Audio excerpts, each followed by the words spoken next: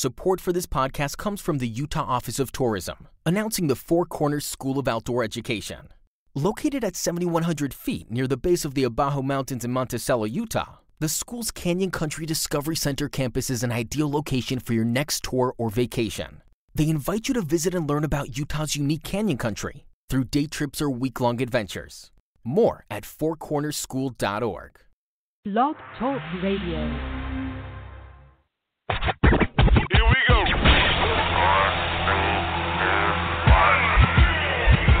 Blast off. This is True Capitalist Radio. True Capitalist Radio. I am your host, the man they call Ghost. The badass of business. Give him capitalism or give him death. That's it. Period. Broadcasting from his Skyline office studios in beautiful downtown Austin, Texas. You sound fruitier than a box of Fruit Loops, for Christ's sake. And now, he'll take it from here. Your host, the prognosticator of prognosticators, the man they call Ghost.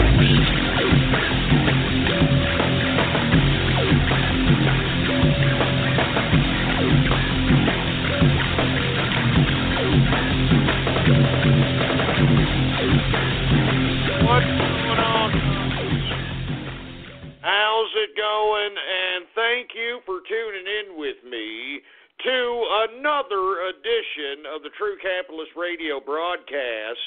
And of course, I am your host, the man they call Ghost. And once again, folks, I want to thank everybody who can tune in with me, for Christ's sake. We are having technical difficulties on this episode number 320. That's right, it's episode number 320 for all the folks that are keeping track of the True Capitalist Radio broadcast. But let me tell you something, folks. We are having our engineer right now work on the problem and see if the engineer can figure it out. Are you going to figure it out, engineer? What the hell's going on here? All right, well, the engineer seems to have some confidence that he's going to solve the problem. So let's go ahead and hope that he can do so, folks. Look, I know that this show is dedicated to trying to give people an understanding on how to take control of the government. And it's very, very simple, folks. I don't want to get into it right now because I believe that we are attempting to be silenced. I wouldn't be surprised if the DNC has something to do with this. Some of Hillary Rotten Clinton's goons, for Christ's sake. I mean, it's been well documented now with the WikiLeaks unearthing of these emails. They've got, troll goons. I wouldn't be surprised if they got DDoS goons, for Christ's sake. So all I'm saying is that, for whatever reason, a lot of listeners are complaining right now on Twitter that they cannot listen to the broadcast. So what we're going to do right now, instead of going in, because we're still going to cover this, folks. I'm telling you this right now. I know a lot of people have been asking me to cover this subject matter.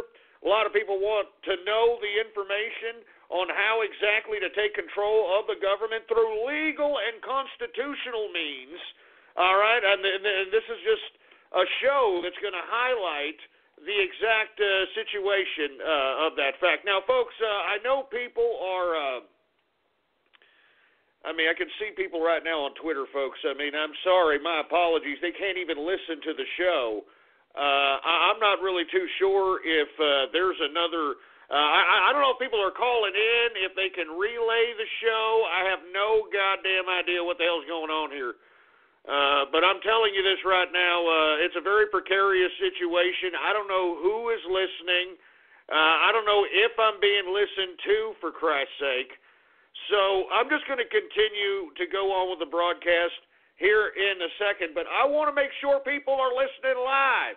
All right, so if you happen to be listening to me live, for Christ's sake, do whatever it takes and spread it around like wildfire and let everybody know that we're in effect in the house, for Christ's sake. Now, people that are on the phone, that are telling me here, they are streaming the broadcast. So if you can find a stream out here, all right, and let's go ahead and put TCR stream hashtag, folks. So folks that actually want to, listen to a stream, and look, be serious about it. If you're actually hosting a stream, don't be a jerk dick and, try to, use it as a honeypot for you people to, participate in nefarious garbage, all right?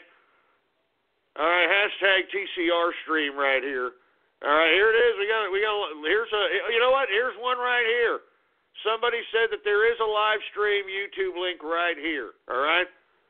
Now, I think it might be, maybe brony or cartoon related, but as long as everybody is out there and as long as everybody's connecting, I want everybody to listen to this broadcast because this is a very serious broadcast, all right? Very, very serious, folks, all right? Now, I would like, unfortunately, to get the views of this particular show. I'd like, Blog Talk Radio to kind of, figure out the solution,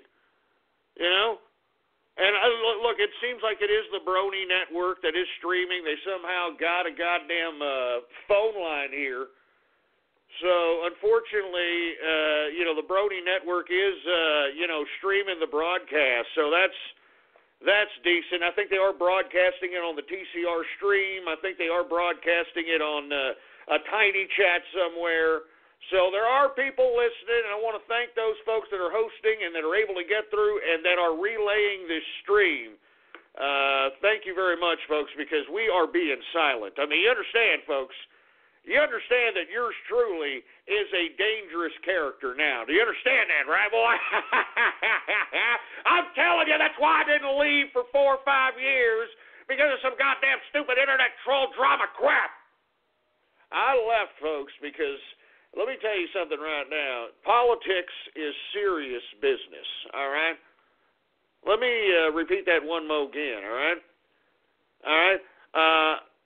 Politics is serious business, all right? And I cannot believe that they are trying to silence me. And look, I'm going to go ahead and go on with the show, folks. And look, I did retweet a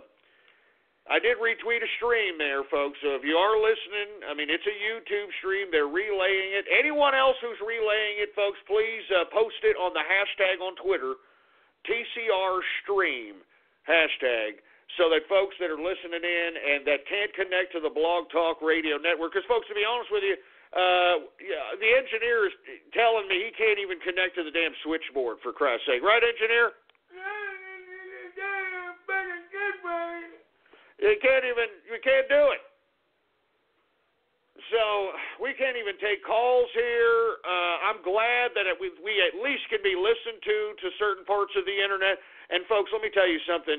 I have no problem with this show being broadcasted, relayed, distributed, whatever the case might be, because what the information that I am going to go through on this show right now is going to teach everybody who's listening to me. And let me tell you, if you could take this show, and if you're a YouTuber or if you're somebody who has more influence than I do, please just attribute a link to yours truly and be able to use my narration so that you can use graphics or you can use charts or whatever it is that you want to use. You go ahead and use that, folks. Okay. So, folks, all right. Let me ask the engineer one more time, because I mean we got to have a switchboard. We got to be in control of our show here. All right. How's it looking, engineer? Because, people are, they're having to go into elsewhere to receive the stream. How's it look? Obviously, it's not looking good. So, once again, folks, they are trying to silence us, all right? They are trying to silence us. And they are a non-brony stream for you folks that are pissing and moaning at me here. So, here's a... I'm going to go ahead and Templeton Sanders. Thanks for the the stream link. How quaint, Templeton Sanders.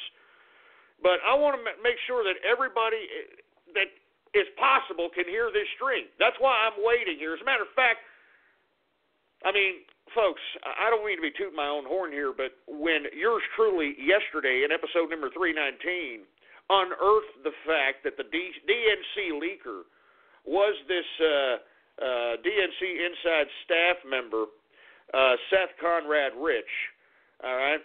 Now it comes out today, Well, I don't even want to get into that, folks, but I just want you to know that yours truly understands what's going on here on a deeper level than anyone could even imagine. I'm serious. I'm not kidding around, folks. And luckily, I don't have that huge of a following. So, and moreover, I honestly believe that the government doesn't think I'm a threat because my show is kind of tongue-in-cheek, I guess one would interpret at face value, all right? So let them keep thinking that, folks. Let me go ahead and crack open this beer here. Oh, yeah, here we go. And look, we got to loosen up. We got to loosen up a little bit because we are going to talk about some serious subject matters, folks. So let's go ahead and get right into it, shall we? Now, you want to take control of the government, huh? You want to take control of the government. Well, let me explain something to you, folks. It's not as hard as you think, all right? It's not as hard as you think. What you do need is numbers, and you don't even need huge numbers. You need a dedicated small group of the population, about 2 to 3% of the population of America, to change the entire political landscape of the country. I mean, that's it. Just 2 or 3% of the electorate of people that are actually going to take the political process seriously and are actually going to understand the whole intricacies of the political process. Because, folks, what I'm going to describe to you here right now is a legal process to legitimately and constitutionally take control of the government. All right? Now, you ain't going to be able to do it overnight. It takes a lot of time. It takes a lot of patience, for Christ's sake. That's why when you see these delegates, both on the Republican convention and on the Democratic convention, a lot of these folks are older because they have went to the conventions on a local or county, state, local level, federal level. These folks are, quote, elders in the parties of themselves, for Christ's sake. And let me tell you something right now. You need to be one of those people. If you want to take control of this government, you have to be one of those people that are out there in the crowd. Now, I know that there are Bernie supporters that became delegates that thought becoming delegates was going to somehow solidify Bernie Sanders as the presidential nominee, which is absolutely true in theory. But, folks, they didn't apply themselves until it got very close to the actual Democratic convention and close to the end of the primary. Now, folks, when yours truly came back, all right, when yours truly came back, for Christ's sake, and started broadcasting again, all right, I said that the first thing I said was we needed to dox the Republican delegates, right? We need to go right at these delegates because I knew right when I came back in March, you can look back in the archive, blogtalkradio.com/ghost. I said it back in the archive. We had to go right after those delegates because, folks, that's why these delegates in the Republican Party in the first initial phases of the primary were acting so confident as if they had super authority over the people's vote because, folks, I hate to be the one, a bearer of bad news, but these people that participate in the political parties, their word does supersede the people's vote, folks. It does. That's why they were so confident and so cocky and arrogant about it in the initial beginnings of the Trump campaign. Now, you're asking yourself, well, how is that possible? I don't understand. I don't understand. Why do they have more authority than my vote? Folks, because you need to understand constitutional law. Now, I alluded a little bit to this before, all right? I alluded a little bit to this before. People need to understand their First Amendment rights, and I think that you need to understand them and analyze them critically. Now, first thing to taking control of the government, you need to understand what your rights are to utilize those rights so that you can take control of this son of a bitch. All right? First thing you need to understand is the First Amendment. First Amendment has 4 different things it protects. It protects the freedom of religion. All right? That's the first one it says right off the bat, freedom of religion. And as we stated in I think it was last show, the government has already infringed on the freedom of religion, folks, by this Lyndon Baines Johnson law that prohibits preachers of all faiths practicing or preaching or suggesting politics from the pulpit. They can no longer be an influence politically from the pulpit. And you see, the reason they did that, folks, was to infringe. And I'm talking about LBJ. I'm talking about whoever wrote this law. They infringed upon the freedom of religion by this law. I mean, because as they infringed upon the freedom of religion with that law that Lyndon Baines Johnson, as a matter of fact, Trump has promised that he is going to repeal that law so that the freedom of religion and the preachers and the religious leaders can now start preaching politics from the pulpit so they can truly have their freedom of speech. All right? And that's the second thing that's protected under the First Amendment, the freedom of speech. You have the ability to speak your mind. You have the ability to criticize government. You have the ability to criticize religion. You have the ability to criticize and ridicule each other. This is protected by the First Amendment. Now, you see all this political correctness nonsense. You see all this, curbing of certain language and regulation of language. That's where these people, and when I talk about these people, I'm talking about the bureaucrats that have taken control of this government and those that want to infringe upon our protected rights. They have infringed upon the freedom of speech by curbing language, by regulating language. And look, the most recent and most obvious term that has been regulated is radical Islam. Muslims, talking against Muslims, and that's hate speech. You see, folks, the whole hate speech, hate law, all that garbage, that infringes upon the freedom of speech, because what it does is they have utilized law. And when I say they, I'm talking about the bureaucrats, because, folks, a lot of the folks that are in charge of American government are all goddamn lawyers, all right? They know how to split language, for Christ's sake, all right?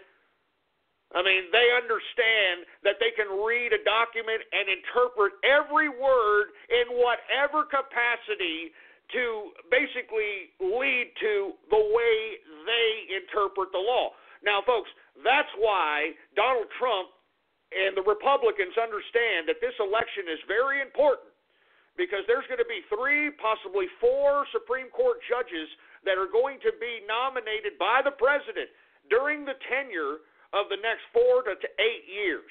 All right? Now, folks, if you are unaware of what the Supreme Court is because you have your head up your ass, it is the 3rd branch of government. There are 3 branches, folks. I know people forget. All right? I'm serious. You got a legislative branch, you got a judicial branch, and you've got an executive branch.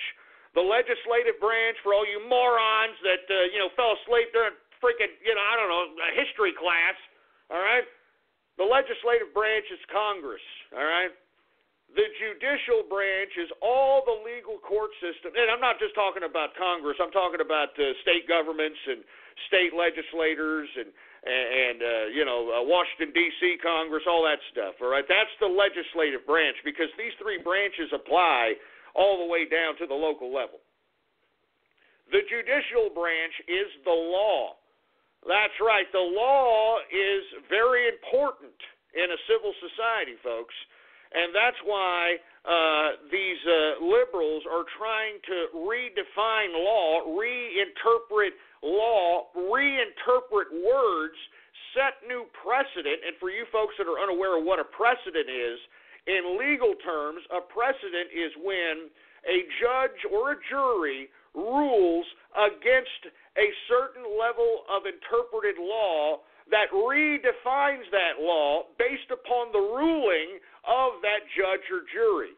All right, let me repeat that one more again, because I'm giving, Jesus Christ, I'm giving freaking lessons here, for Christ's sake. How do I know this stuff? Anyway, folks, look, a precedent is when a judge or jury rules, all right, and that ruling redefines previous interpretation of law. And it's through precedent that these liberals and these extremists that have redefined our government, this is how they've been able to legally do so. And this is why these liberals want liberal judges on the Supreme Court, so that these extremist, disgusting, filthy liberals interpret the Constitution in a totalitarian-like capacity, giving authority, more authority that was obviously intended to these bureaucrats than was initially intended in the Constitution. This is why the Constitution is so important.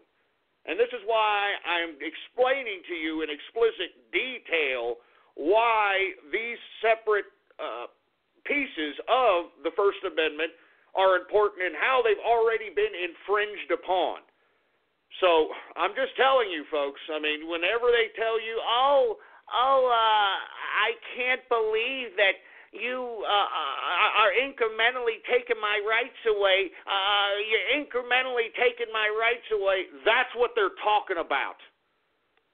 Incrementally, slowly but surely. Just chiseling away at the Constitution. When you don't go to Geico.com, car insurance can be hard. Like early 90s heavy metal hard. I'm yelling and screaming, and I'm loud. Roar! Geico makes it easy. You can review and update your policy or report a claim on Geico.com or the Geico mobile app. Because shouldn't we all have a little less stress in our lives? I'm not even upset about anything! When you don't go to Geico.com, car insurance can be confusing. Like Swedish techno confusing. Bark, bark, meow, meow. Dance with me, purple cow. Bark, bark, meow, meow. Ooh, you lovely cow. Geico makes it easy. With 24/7 access, all you have to do is go to Geico.com and you could save money on car insurance. It just makes sense. Unlike, Dance with me, purple cow. I like your moves. Now, folks, freedom of speech. Once again, it's being infringed upon by political correctness and by the regulation of speech, and I think people need to understand that on a legal basis before they start going out there and hollering that they're free speech advocates. All right? Now, the third element of the First Amendment of the Constitution is the freedom of the press. Now, folks, the freedom of the press is a lot similar to what I have been discussing about the institution of religion and about the next protected right in the First Amendment, freedom of assembly. All right, now, press, what does that mean? That means an institution of communication. Now, at the time, folks, there were no internets, there were no TVs, there were no radios. The press meant, at the time of the signing of the Constitution, meant the printing press, the magazines, the newspapers, the gazettes, these little books, papers, these publications that were published at the time that actually enabled and helped the revolution of 1776. Now, what the press, under the First Amendment interpretation of the freedom of the press, now is meaning, is that the press itself is an institution and it itself can't be regulated.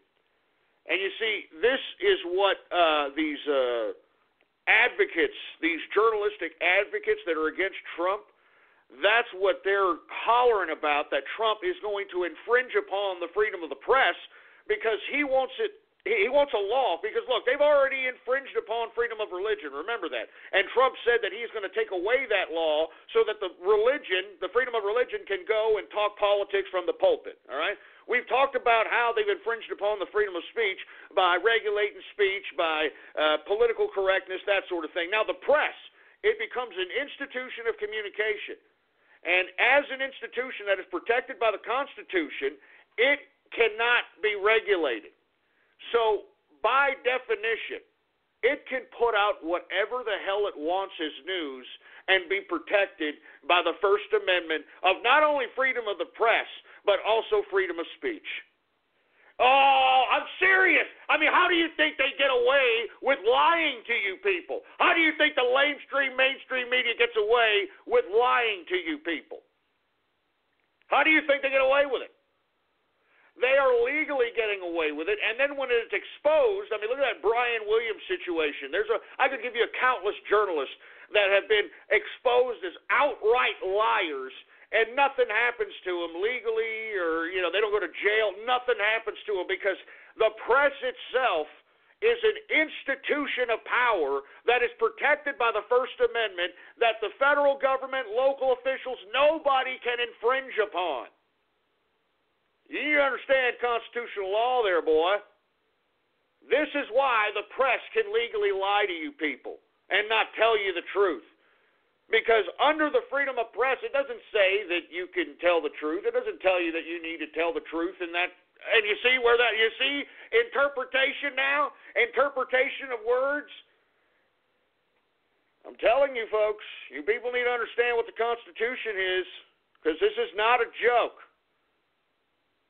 That's why this press, the media, can lie to you. And look, what Donald Trump wants to do is he wants to make laws so that the press can be sued by individuals that can prove not just liable, because liable means that, I said something about someone that was an outright lie. Now, what the press can do is they can take bits of the truth and then repackage or reframe the bits of the truth to make it look like a complete and other interpretation of what actually happened. And that is legal.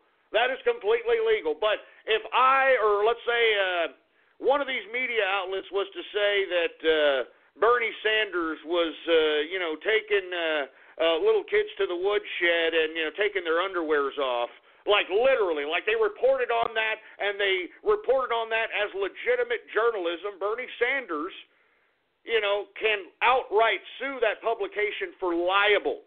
All right?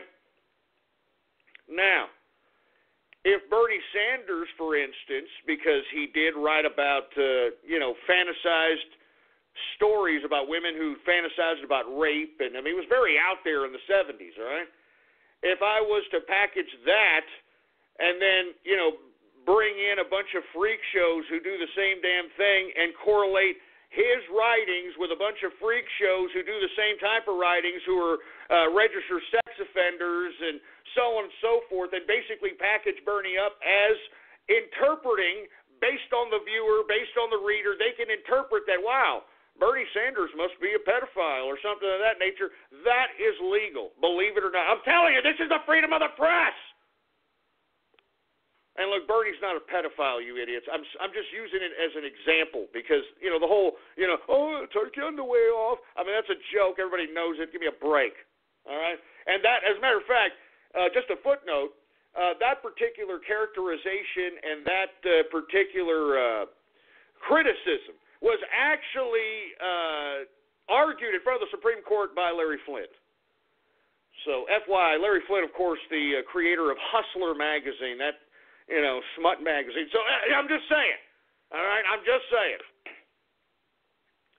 Anyway, folks, what I do also want to talk about, since we were discussing how the freedom of the press enables the press to lie to you and be completely dishonest completely, now we get to the fourth element of the First Amendment, and that's the peaceful freedom of assembly. All right? And that right there, folks, is political parties.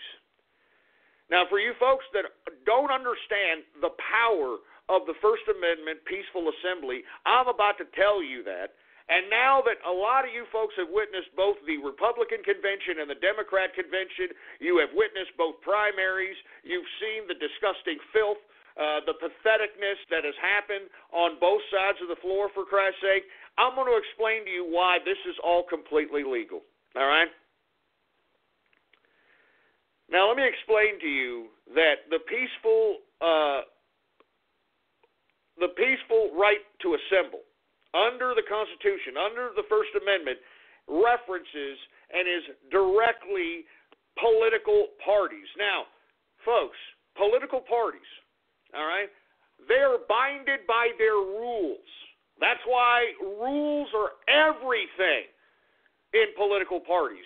You have to outline those rules, and you got to make sure that everybody who's in charge in the party agrees to those rules, so that when you agree to those rules and you are unified in the agreement of those rules, the party's rules are dominant over state and federal law. Let me repeat that one more again so you people can digest that and interpret that in your head for a second, all right? The rules of any political party,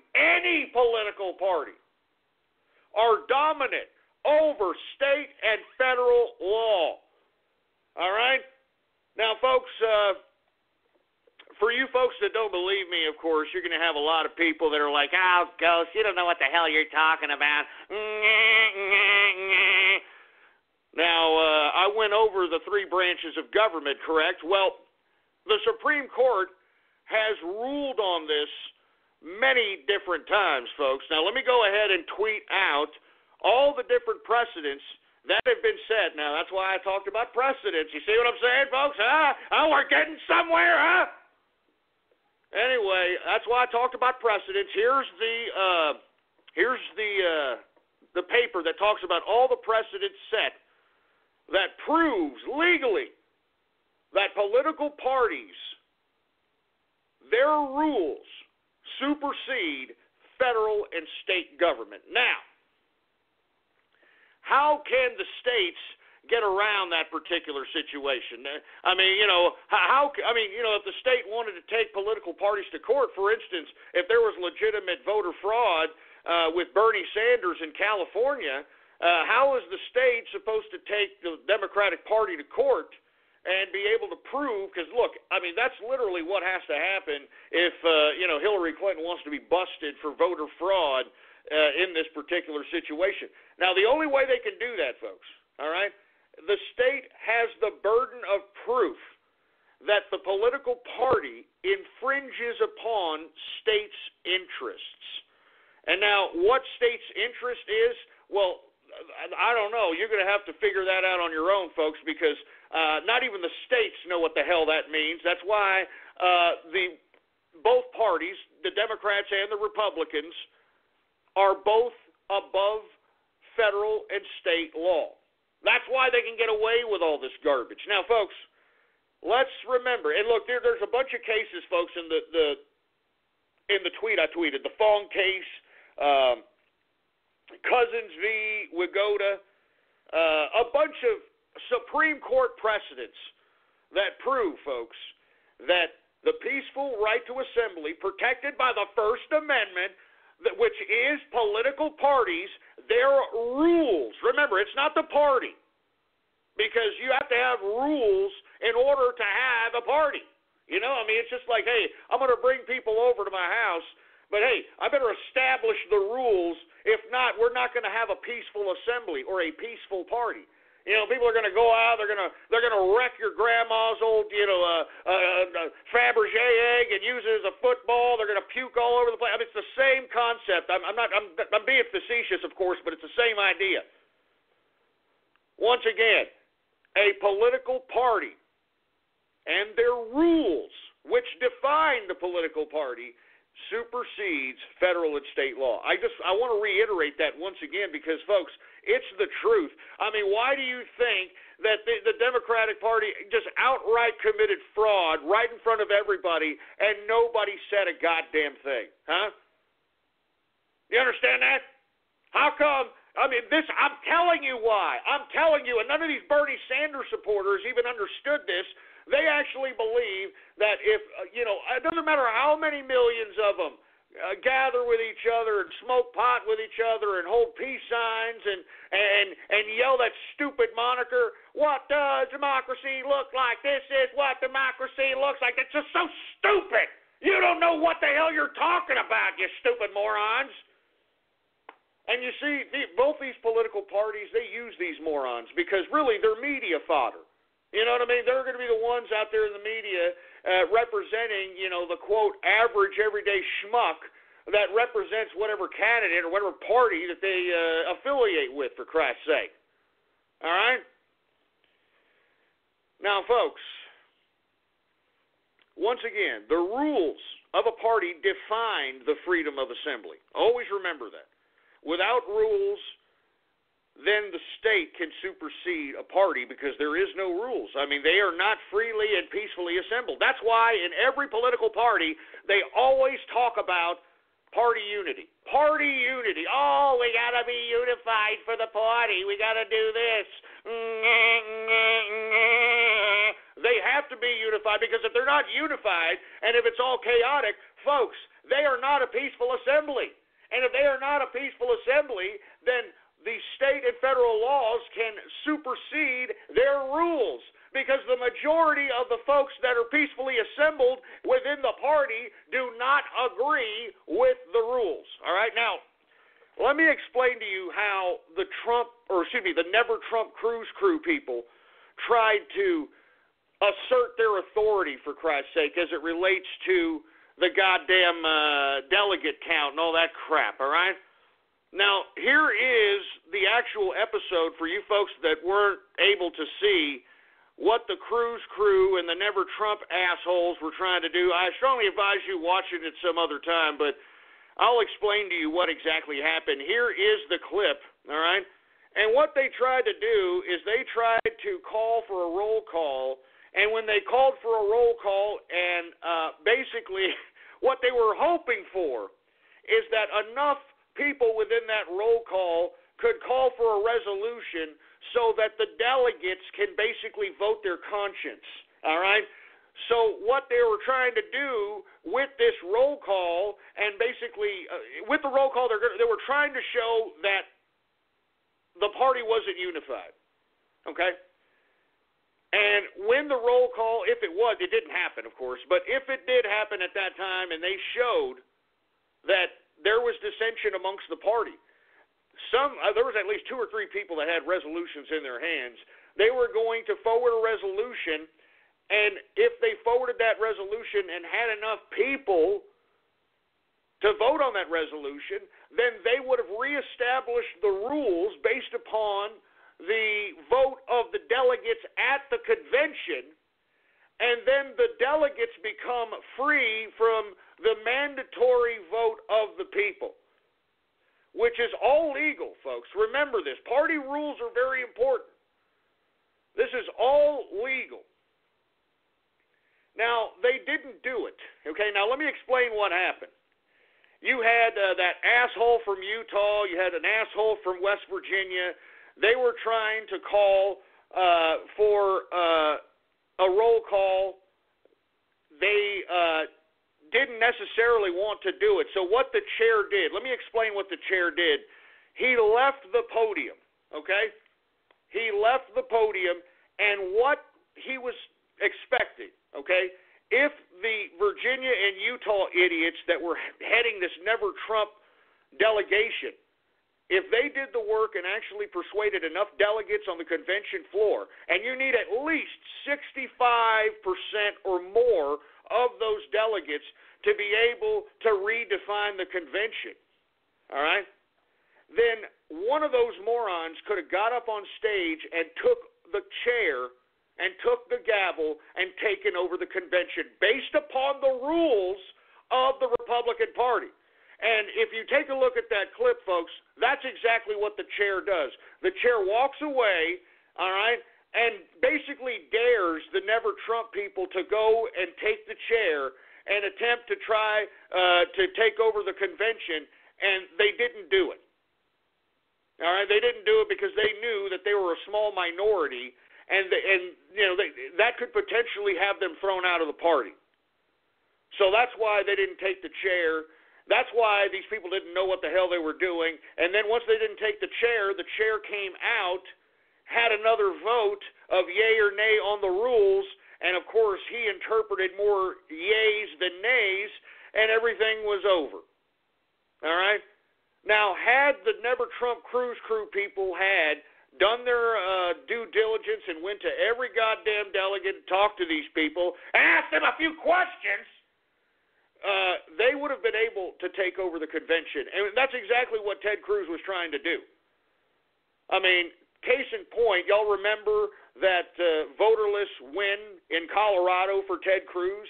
It was because he went out there personally. When you ever hear about grassroots, he was a grassroots campaigner. That's what that means. It doesn't mean he's going out there and, kissing babies with average, everyday people. He's going right after the delegates. And you see, he schmoozed each and every one of those delegates in Colorado that they committed to them, for Christ's sake. So there wasn't even a need for an election because every one of those delegates were already spoken for by Ted Cruz because they were conservatives, and everybody thinks that this idiot is a conservative. And that's why you didn't have any votes in the Colorado election, and that's why Ted Cruz won Colorado. All right, I'm serious. I'm not kidding around. Now, to show you how important how important party rules are, folks, all right? Did you know that Abraham Lincoln was limited to one term in office in Congress because the Whig Party changed their rules and term limited him out? Now, let me repeat that one more again, because I'm telling you, if you take control of the party, not only do you control the party, not only do you control the rules, but you control the politicians, and if you control the politicians, you control the government. Abraham Lincoln, all right, was term limited out of office after only one term only, by the Whig Party, because they changed the term limit rules for his tenure. I'm not joking, folks. You can look back up and look this up. Now, that's what I'm talking about when I'm explaining to you about delegate power. Okay? If you can literally go and become a delegate and become an influential delegate to be able to infiltrate the delegations of not only your senatorial or county or state, and we'll get to that in a minute, but if you're actually one of these schmucks on the floor on the national convention and you're able to talk to these people, you know who these people are, they have the same interest as you, the political idea, they're politically motivated as you, you could take control of the whole party, and if you take control of the party, you can recreate the rules. You can recreate the rules. Folks, I'm serious, this is not a joke. You can recreate the rules that everybody who is an incumbent, everybody who's already in charge, like let's say at this Democratic convention, there was enough Bernie Sanders supporters, and that's why they have super delegates, folks, which, of course, all went to Hillary Rodham Clinton, which their delegate count supersedes the regular delegate count. So that's a whole other rigged system within itself. But let's just say, for the sake of argument, that they did have influence over the damn delegation, and they were able to have over 65% of the delegates take control of the Democratic Party and have someone take over the chair. They could change the rules to kick out everybody who's a Democrat right now, all those scumbags that are taking the stage, all those filthy, disingenuous, teleprompter reading, pieces of virtue signaling trash. You could term limit them out after the damn election. I'm serious. You could change the rules just like they kicked out old Honest Abe Lincoln from the Whig Party, and they didn't really kick him out of the party. They just didn't want him, obviously they didn't want him more than one term. And the Whig Party changed the rules, and look, that ended up becoming the to the demise of the Whig Party. These Whig Party, they got too power hungry within the party, and that's why Abe Lincoln became a Republican, and the rest is history, all right? But I'm just telling you this because party rules supersede federal and state law. If you can control the party, you control the candidates. If you can control the candidates, you control the world. Just think about that for a second, for Christ's sake. Now, people are asking, well, how the hell do I become a delegate, Ghost? Well, folks, first thing you need to do is you need to show up to your local precinct in your district. Now, you can find this out by calling whatever party you're affiliated with. Whether it's the Republican Party or the Democratic Party, you can call your local party and ask them, based upon where you live, where is your local precinct, all right? Now, you go to your local precinct on convention night. Now, folks, unfortunately, we've already passed the convention night. I mean, I should have done this sooner, but, folks, I didn't want to complicate anything as it related to the Trump train situation because we all had it under control. As a matter of fact, it looks like we're full steam ahead, but at the next convention, which you should have a state convention here in a couple of years, believe it or not, at that state convention, go to your local precinct in your district and just show up. And believe it or not, folks, you'll be surprised how many people just don't show up. There's like maybe 2 or 3 people that show up to a precinct, all right? And if you and your girlfriend or your wife or your family, y'all all show up to the precinct and y'all are all motivated on the same principles, you can take over your precinct. All right? You're in charge of your precinct. Now, once you are in charge of your precinct, you become a delegate at a senatorial or county convention. Okay, now, it depends on how your local government or state government is constructed, is whether or not this is called a senatorial or a county or a caucus or whatever. All right? But that's how you become a state delegate, or a county or a senatorial convention delegate. Once you become a delegate at the senatorial or county convention level, that's when you can become a delegate at the state convention in whatever state that you reside in. All right? Now, once you control the state convention, that's where it starts becoming, how can I put this in a euphemism that you can understand? That is the takeoff point for power. I mean, if you are a delegate at your state convention and you're an influential state delegate, all right, you can literally take control of the state delegation and control state politics, and by default, you can control federal politics as it relates to your state, because you can control the politicians that represent your party on a senatorial level, on like a federal Senate level, on a federal congressional level. I mean, you can control them. But you have to go to these things. You've got to go to your local precinct convention at primary night. You've got to become a delegate and go to the senatorial or county convention. Then you've got to become a delegate and then go to the state convention. And once you can control the state convention, folks, you can control the primary rules. And if you can control the primary rules, then you control the launching point to power. Seriously. That's where you can define your politicians based upon controlling the primary. And I'm talking about the primary of your state, whatever state you're residing in. So right there is the strategy. If you want to make a difference, instead of sitting on your ass and saying, I'm a social justice warrior and I love everybody, you want to make a difference?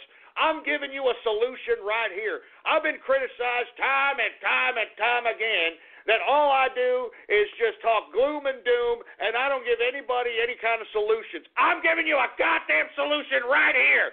I'm giving you a solution right here. Let me go over that one more again, all right? You, on convention night, all right, and look, we're already past convention night, so you're going to have to wait a couple of years or whenever your state has another state election, whether it's for governor, whether it's for the legislature, whatever, you've got to find out, you've got to call your local Republican or Democratic Party and find out when your precinct convention is. And then just show up, and you'll be surprised that you will be a few people that are actually there, all right? And then that's when you go from the precinct level to becoming a delegate on the county and senatorial convention level, and then you become a delegate on the state convention level, and when you are a delegate on the state convention level, that's when you become an influential power, and if you can influence more than 65% of the delegates at the state convention, you have the power to control the primary. And if you can control the primary, you control the goddamn politicians. You. This is what the political power is. This is what the power of the people is, for Christ's sake, man.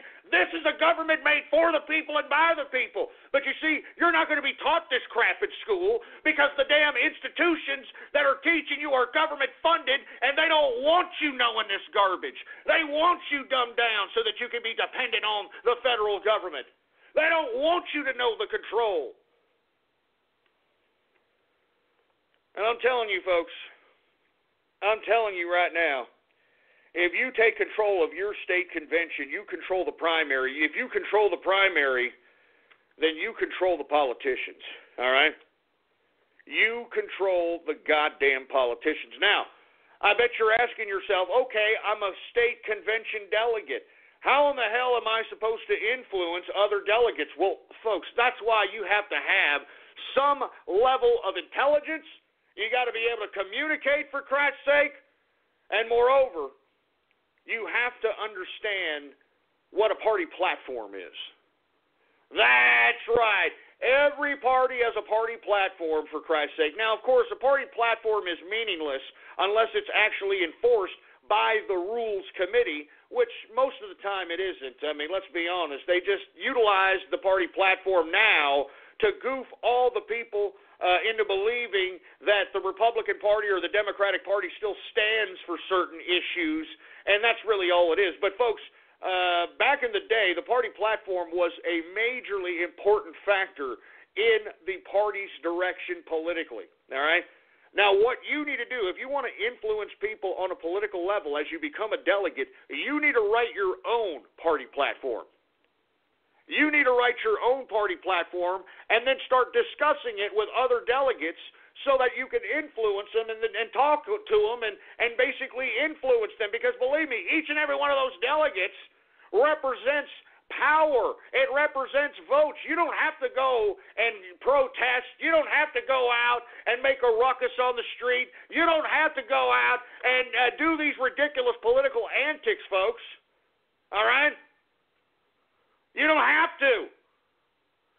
If you do what I'm telling you here, you can control the world. And look, all you need, folks, is 2 to 3% of the electorate on a local, on a state and federal level to participate in these political parties, and they can change the world, man.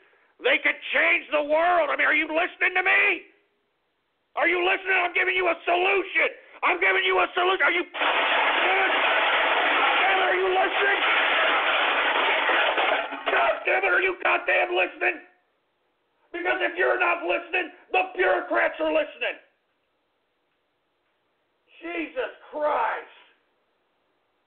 When you don't go to Geico.com, car insurance can seem intense. Like breakup R&B intense. I thought you said you loved the sweater that I got you. If you didn't, you could have told me. Geico makes it easy. Just go to Geico.com anytime to update or check your policy without all the extra drama. I even had a gift receipt. When you don't go to Geico.com, car insurance can be confusing. Like Swedish techno confusing. Bark, bark, meow, meow. Dance with me, purple cow. Bark, bark, meow, meow. Ooh, you lovely cow. Geico makes it easy. With 24/7 access, all you have to do is go to Geico.com and you could save money on car insurance. It just makes sense. Unlike you know. Dance with me, purple cow. I like your moves. Are you listening, you stupid pieces of...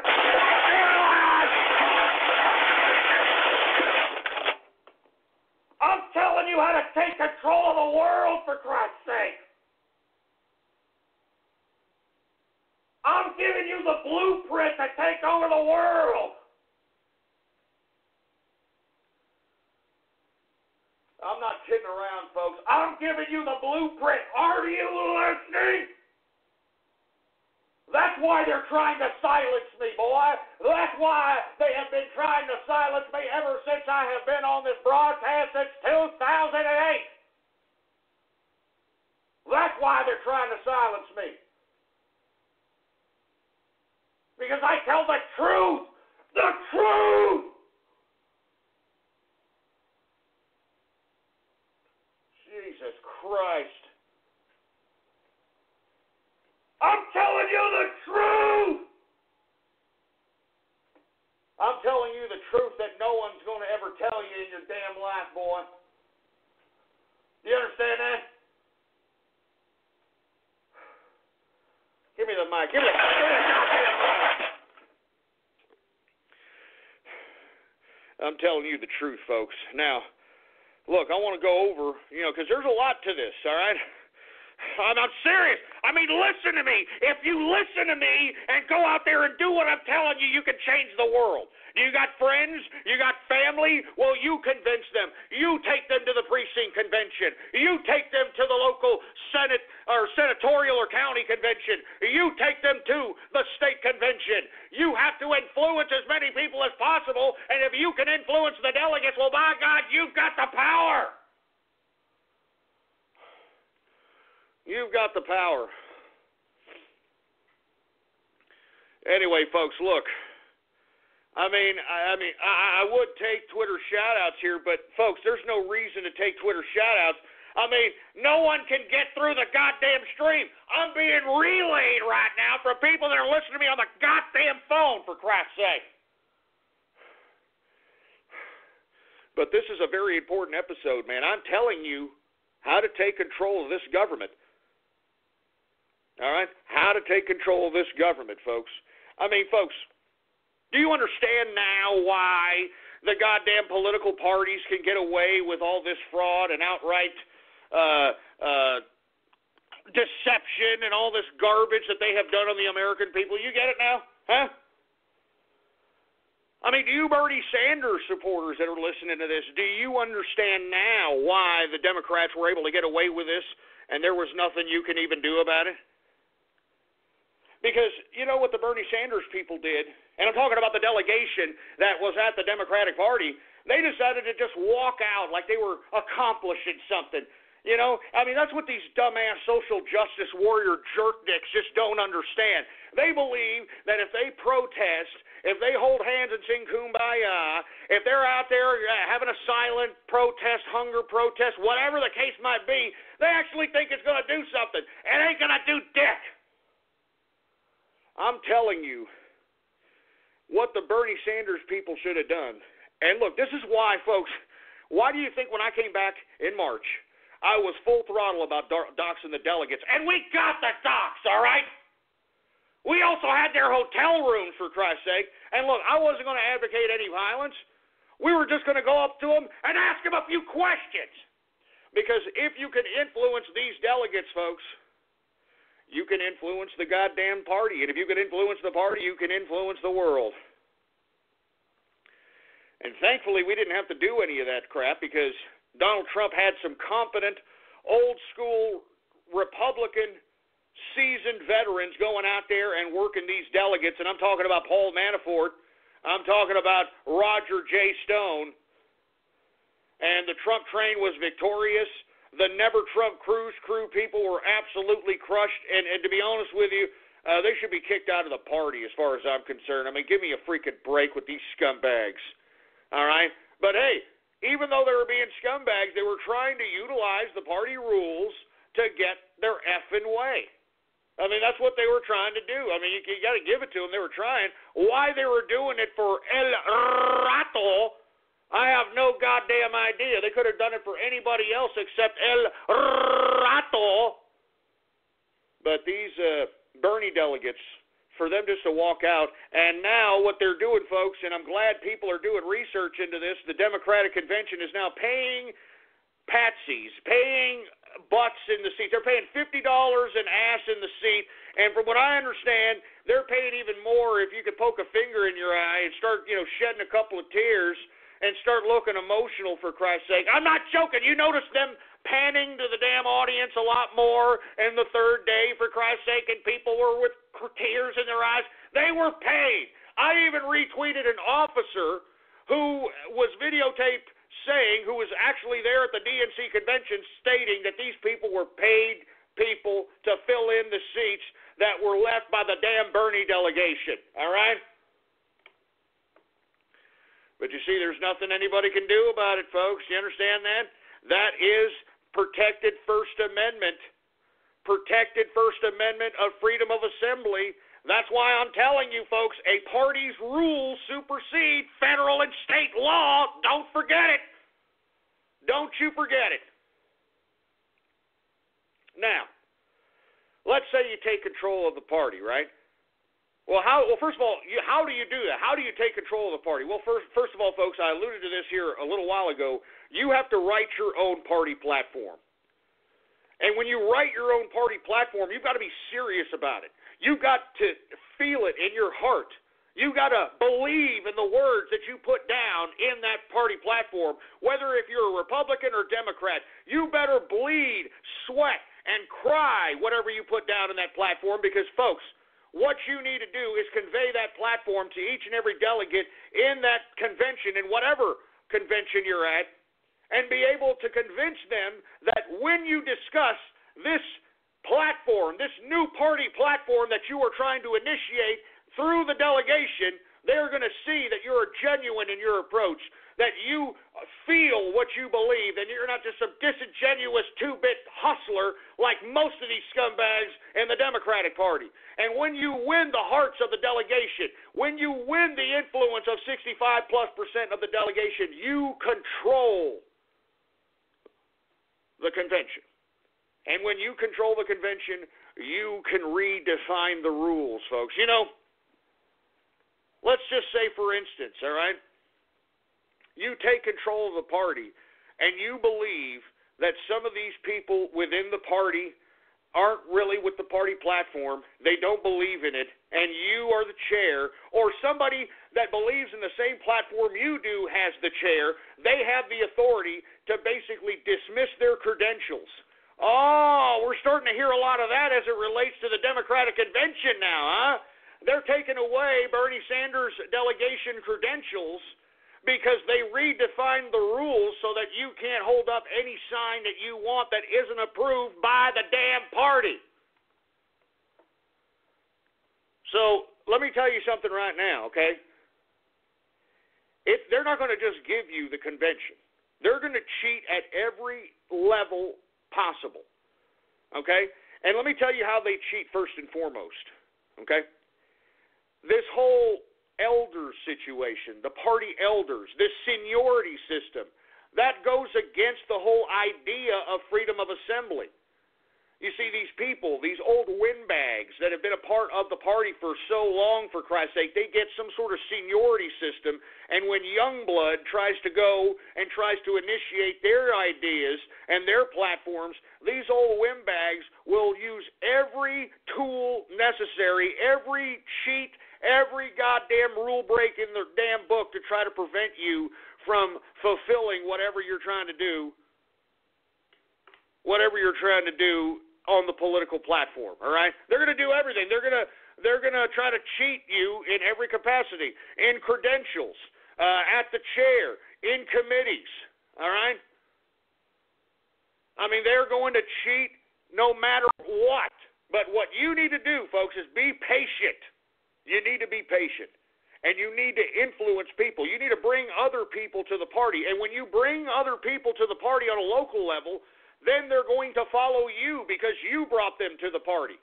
All right? I'm serious.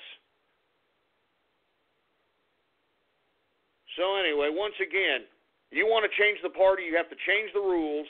You've got to change the platform. And once you change the platform, you make sure your majority delegation, the 65+% of your convention that you control or whatever party platform you're backing up controls, you can fully enforce them. You can force the chair to fully enforce them on politicians.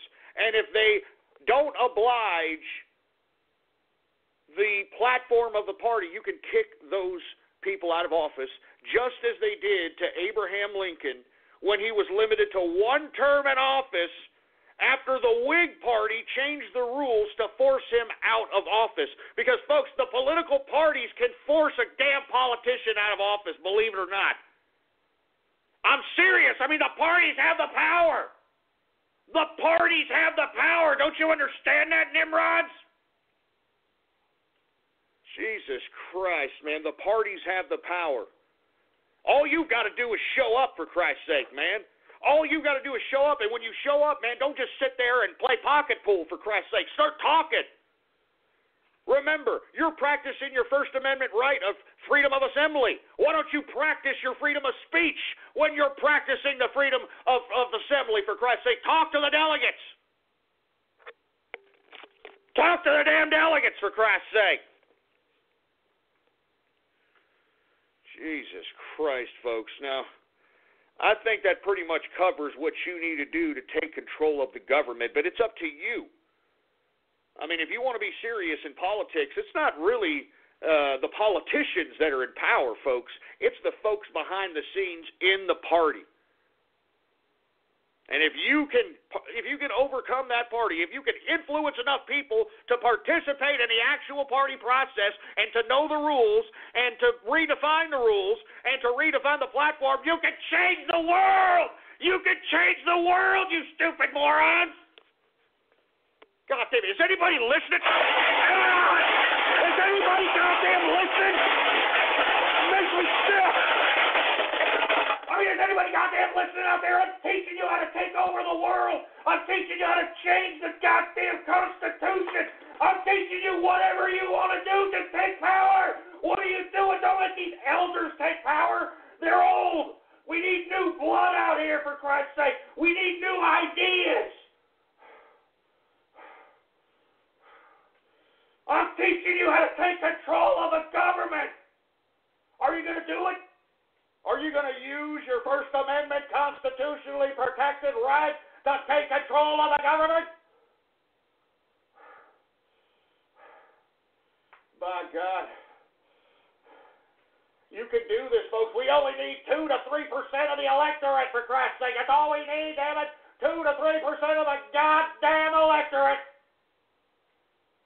That's all we need. Give me the damn mic. You're not mine. Give me the mic, for Christ's sake. I hope you people are listening, man. I'm giving you the blueprint right here how to take control of the government, for Christ's sake.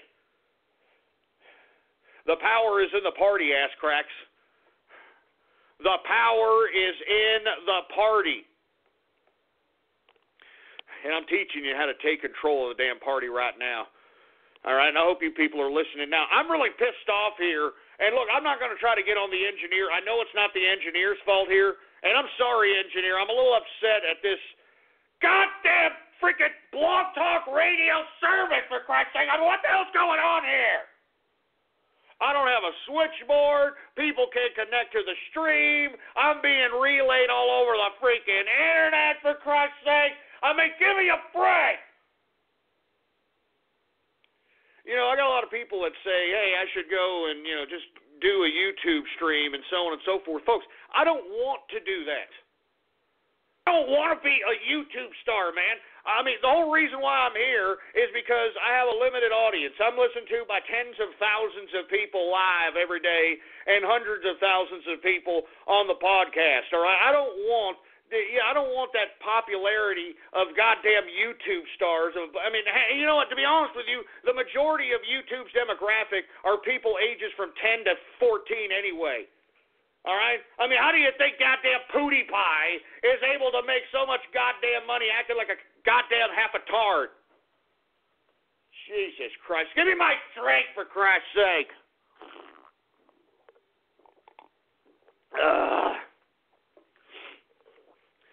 I don't want to do it.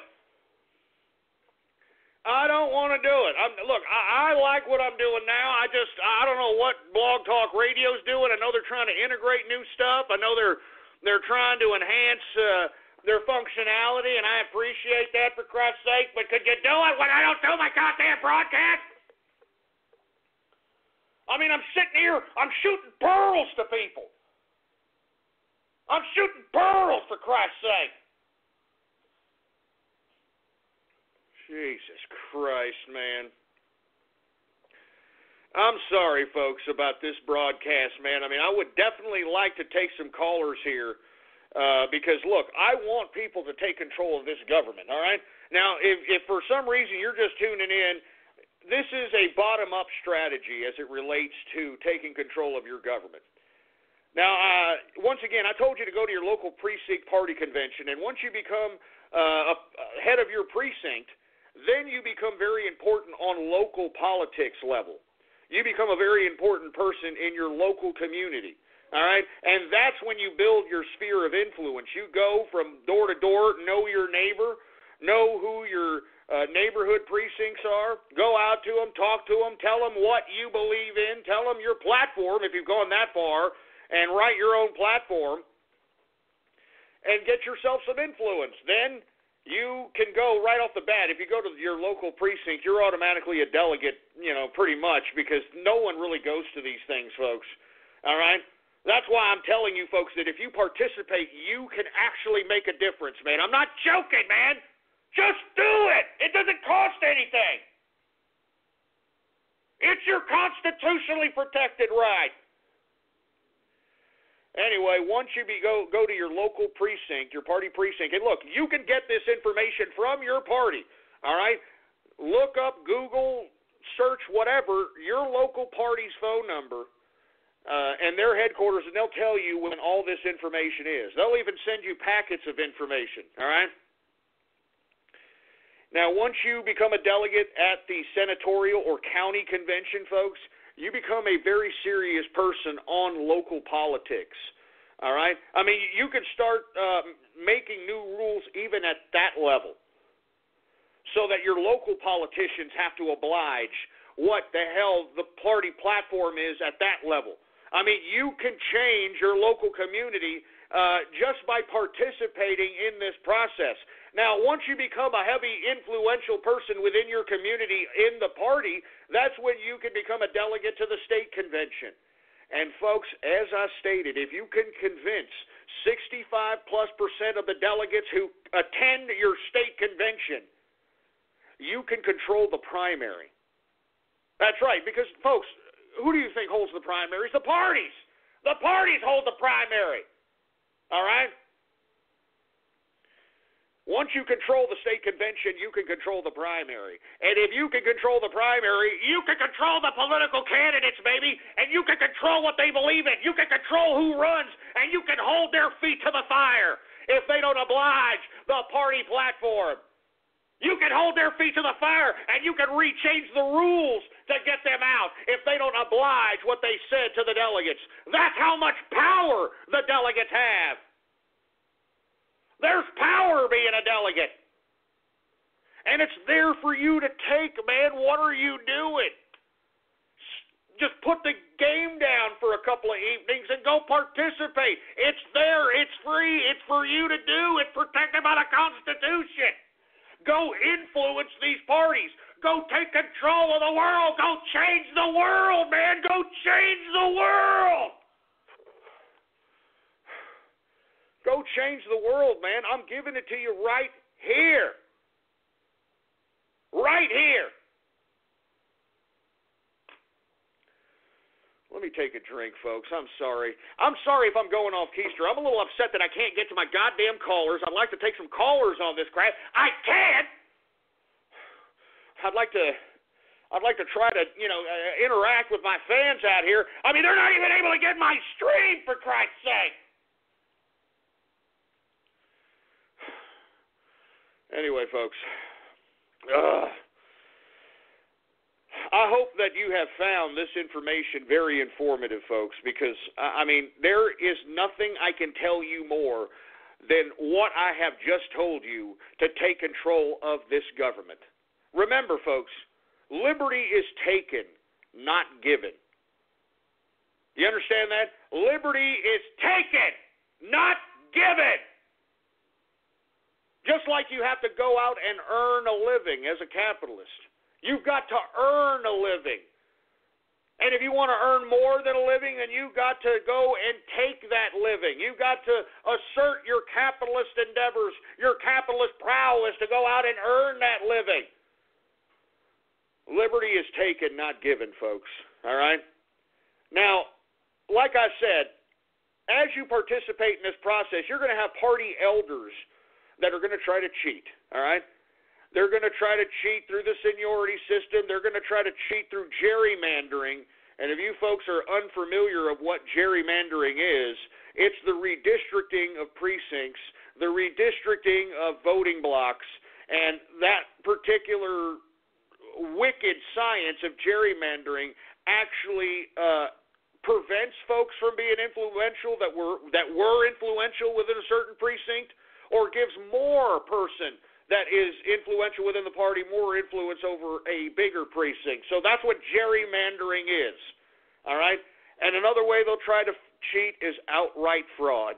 I mean, as you can see in the Democratic Party, for Christ's sake, they will outright fraud. And you want to know why they can get away with this? The majority of the party is allowing it. I mean, if the majority of the party is allowing it, then it's legal. I mean, if there is a peaceful assembly, folks, and that's what the Democrats have established. I mean, whether it's genuine or not, they've established it so they can fit under the legal criteria of peaceful assembly protected by the First Amendment. That's why they were able to parade a bunch of illegal immigrants at their convention, and they did not break the law, and you're not going to find any investigation for that. Once again, a party's rules supersede federal and state law. Always remember that. Jesus Christ, folks. Look, I'm really upset and I'm really angry here that, I can't get my switchboard here. You know what I mean? I mean, this is a very important show. Not to mention, I'm not even being listened to right now by anybody, for Christ's sake. I'm being restreamed, for Christ's sake. I'm being relayed, for Christ's sake, because Blog Talk Radio can't fulfill their obligation of what the hell I'm paying for. I mean, God damn it! Now fix the crap! God damn it, fix the crap! What am I paying you for? What am I paying you for Christ's sake? Good God, man. I'm sitting over here. I'm conducting broadcast after broadcast after goddamn broadcast. Oh, my God. And yet they can't keep this goddamn crap up, for Christ's sake. They can't keep the goddamn stream up, for Christ's sake. Jesus Christ, man. I wouldn't be surprised if the DNC tried to silence me, boy. I wouldn't be surprised if they did, man. I'm telling you this right now. This is rather convenient, BTR. This is rather goddamn convenient, and it makes me sick. Give me the mic. Give me the mic. Jesus Christ, man. It makes me sick, man. I come up every day doing a broadcast out here. You know what time I broadcast, boy? Jesus Christ, man. I'm telling you, I don't even get no respect for Blog Talk Radio, for Christ's sake, man. I'm serious. All right? I'm not even getting any respect from my own goddamn network. I don't even get freaking respect from my own network, for Christ's sake. It's your fault, BTR. It's your fault that this show, where I'm teaching everybody how to take control of the country and how to take control of the world, is not being broadcasted to tens of thousands of people throughout the goddamn damn it!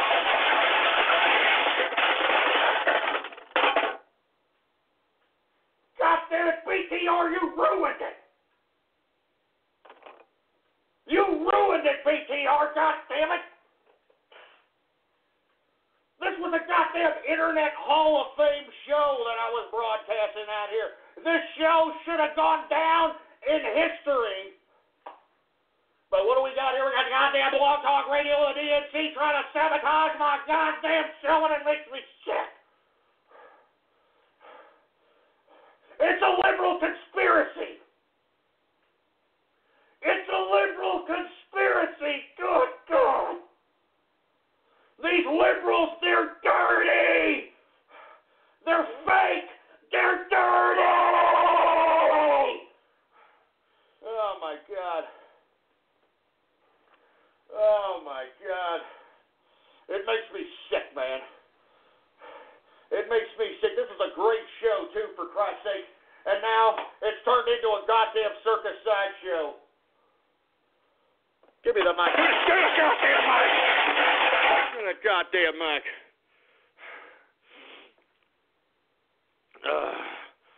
Oh, my God. I can't believe this garbage, man. I'm telling you this right now. I'm just so upset, folks. You can hear it in my goddamn voice. I'm upset.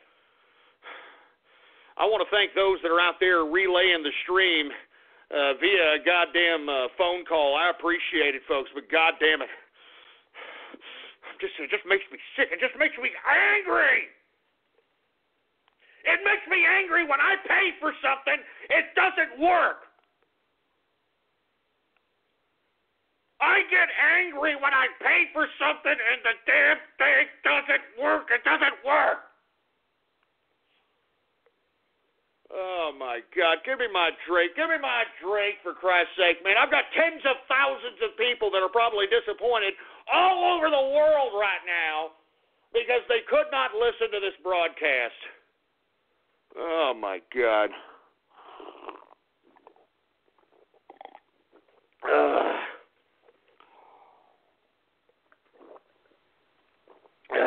Man, I'm telling you, I'm guzzling down beers now, for Christ's sake. More beer! Jesus Christ. I'm telling you, I'm really upset at this BTR stuff, man. I'm not joking around. I mean, you know, now that I sent back that major award that you people ruined, for Christ's sake, and got my money back,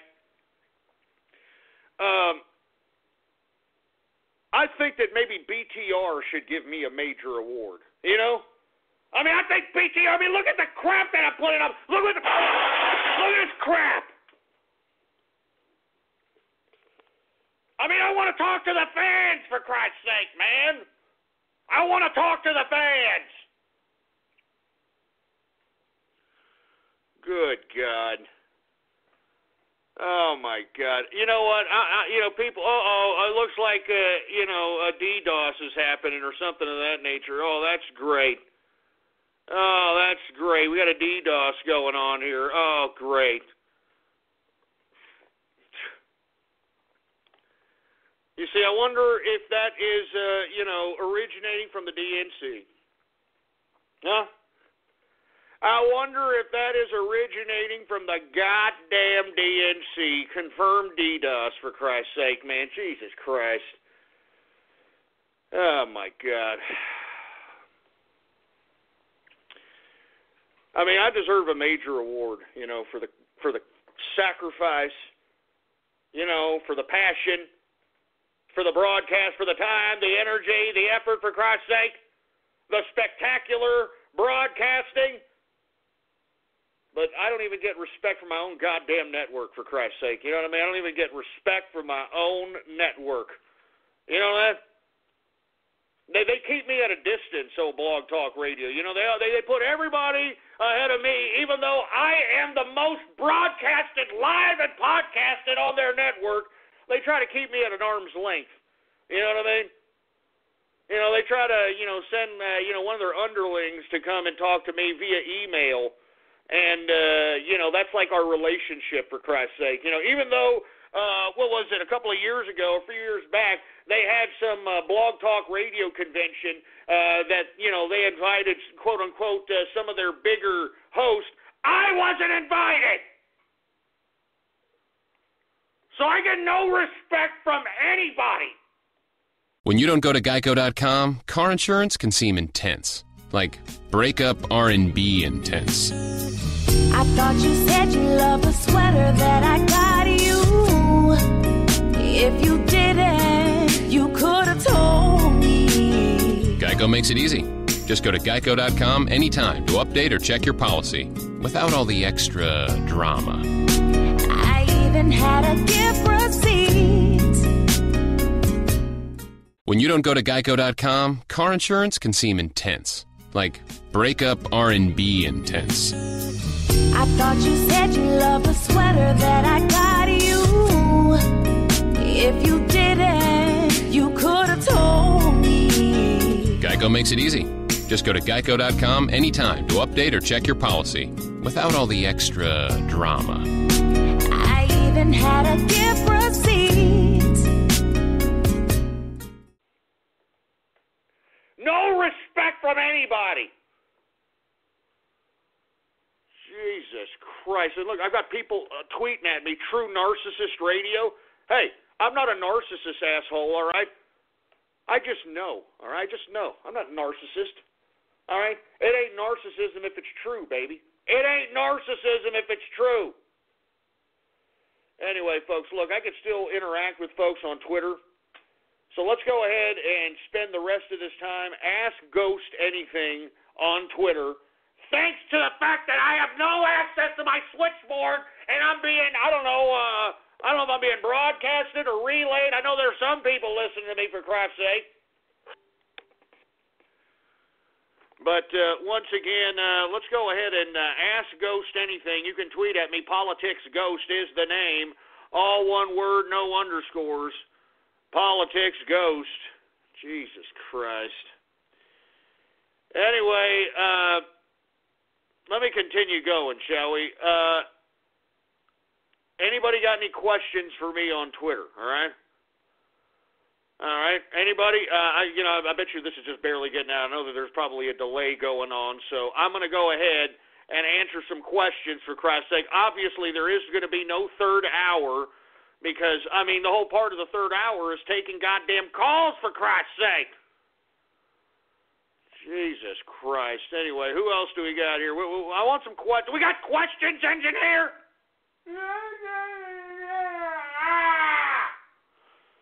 Anyway, let me go ahead and, where's your woodshed? Oh, that's a question, asshole? Huh? Where's your question? What, you want me to take you to a trip there, boy? Jesus Christ. If BTR screws you over so often, why do you say they treat you nice and refuse to move? I don't know. I'm not going to get into the personalities and the whole 411 on that, all right?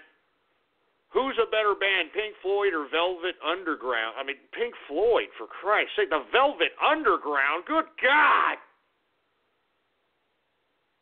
Thoughts on Trump's chances winning Pennsylvania? I think it's very, very high, for Christ's sake. You know what I mean? I think it's very, very high. When can I buy an official signed Ghost can? Hey, look, I'm working on it, all right? I'm going to try to see if I can do this here as soon as possible. No more than an actual week from today. No more than an actual week from today, all right? Now, it's going to be a whole can. Unfortunately, you're going to have to pay for the shipping. And, there's going to be an option for you to pay for your shipping and however you want it shipped or whatever the case might be. And, look, folks, people are asking me also at the same time, I don't want to pay for shipping. I just want something signed by you, that sort of thing. I'm also thinking about, possibly, a signed postcard or something of that nature, maybe with one of the sayings that yours truly likes to say, and maybe sell that for, I don't know, however much, whatever. I haven't really even decided on that. But it's still in the works. It's still in the works, okay? I'm sorry for you folks that are really anticipating that. But It's in the works, all right? Anyway, look at this. I'm not saying these stupid freaking questions, for Christ's sake. Are apprentice trades like electrician, machinist, etc. a good idea economically? Absolutely. The only way that they're not is if enough influx of immigrants come into the country that have this trade. Even though they're not certified, they still have the trade from their country of origin and still can kind of do the job. That could threaten your trade. And that's what really happens to most of the labor-based occupations in the country. That's what happened. Now, folks, believe it or not, black folks actually helped build the South. They helped build California. Why do you think that there's all kinds of black folks in Compton and in South Central, and they live in actual houses? Because, folks, black folks actually controlled things. They were actual laborers at the time. Now, why did they get out of the trade? No. You know what happened in California especially? Unionization. Now, who unionized? The white folks. All right?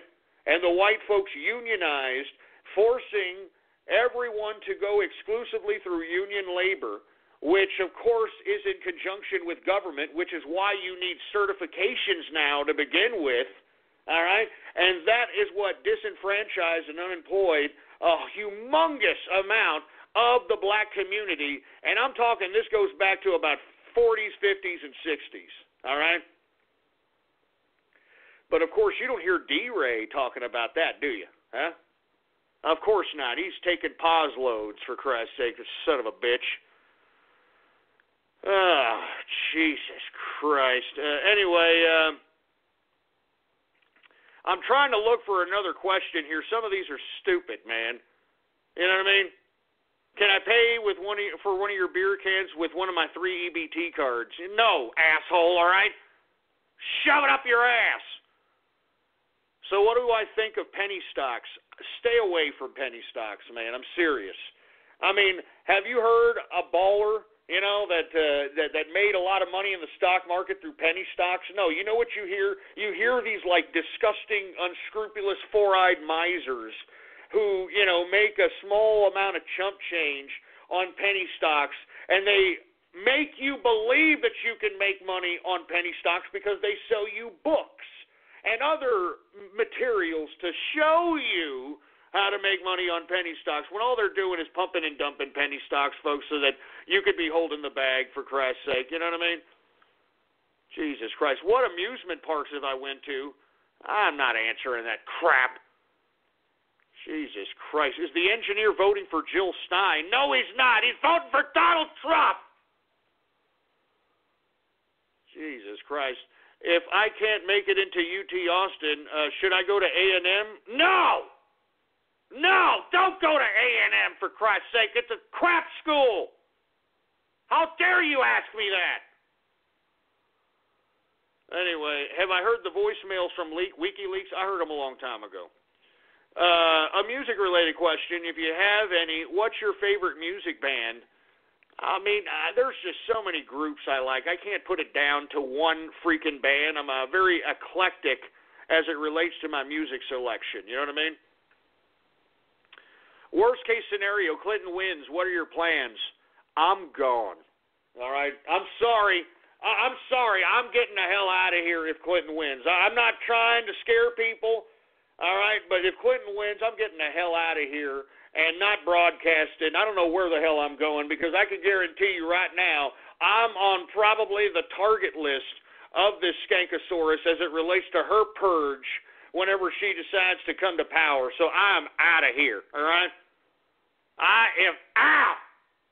I'm sorry if that disappoints folks, but seriously, I'm not joking around.